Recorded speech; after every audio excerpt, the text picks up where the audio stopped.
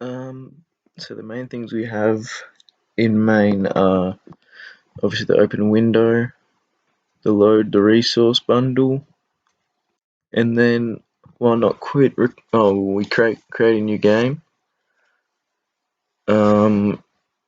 which creates the a new game with a new player and shows the welcome screen. And then we go back. The process events while the game's running, and then we handle the input, which is just if the player is not dead, then they can press space or click the left button to make the character they're controlling go up and down to avoid the objects. Then draw game.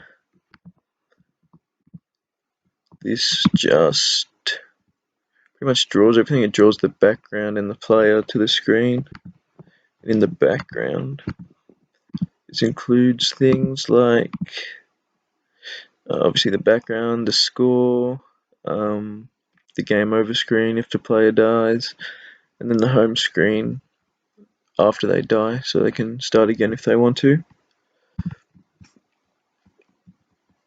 So yeah, that draws everything pretty much. Then update game. It updates the player.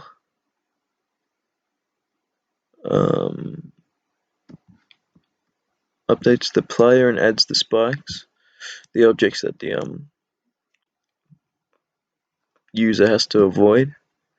It does the score count, which is just saying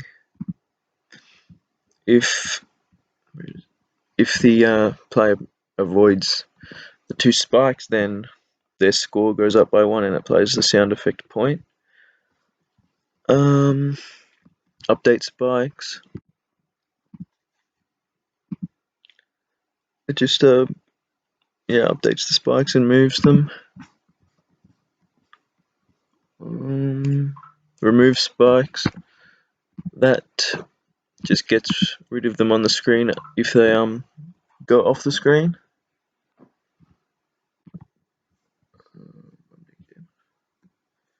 This again is just controlling the player. If the game started is true, then the spikes will start moving. So that's after the game's actually started. And if the player is dead, then it will just show the game over next screen, and then they press the space or left button to start a new game. Also, it's check collisions. This is so that if the player hits the objects that they have to avoid, then the game ends. And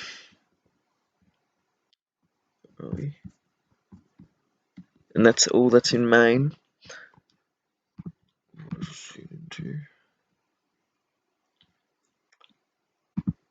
So probably the biggest issue I had was the score.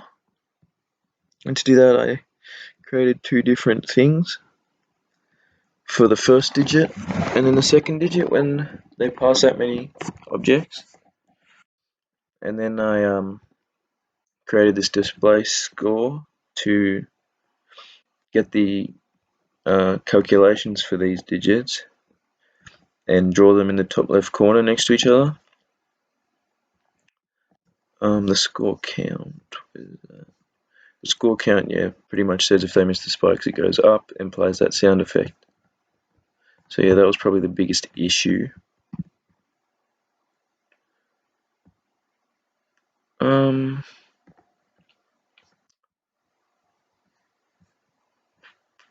that's almost it.